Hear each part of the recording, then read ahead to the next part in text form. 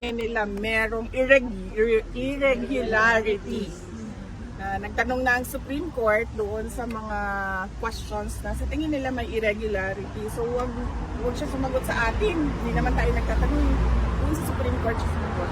Ma'am, meron bang, again, I will ask this again, hindi ako I will not be tired asking this, meron bang mensahe ang aming pinakamamahal na former president sa mga Pilipino? Yeah, sorry. I hope hindi masyadong mataas. Mataas ba?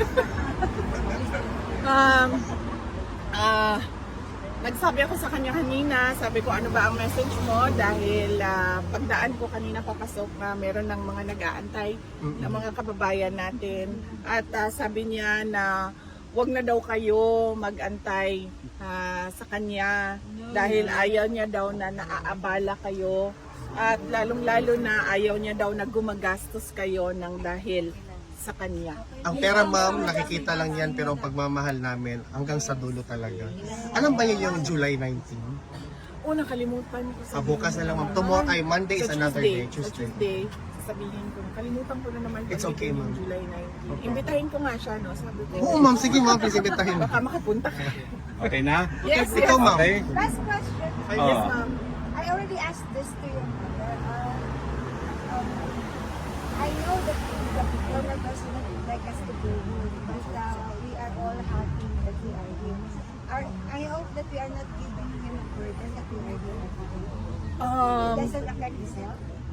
I don't think so, ma'am. Maybe he's just thinking of your comfort. We're so comfortable here, madam. We're so happy together here. Getting How fat about na. you? Is that true, everybody? Yes, Yeah. ma'am. How about you, Last VP? question dito. VP, Sir.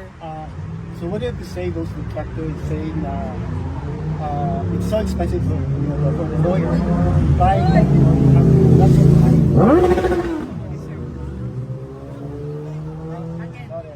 So VP, what do you have to say to those detractors saying that having Attorney Kaufman must be very expensive, therefore the detractors have lots of money. Hindi ko alam kasi hindi naman ako nagbabayad. Hindi ko alam. I am not paying for Attorney Kaufman and I do not know the professional fees arrangements between Attorney Kaufman and former President Duterte because it is confidential and between the lawyer and client only. So I'm not paying for his legal I had an services. argument. I told somebody the Filipino people are willing to pay. At afford ayaw, the fees. at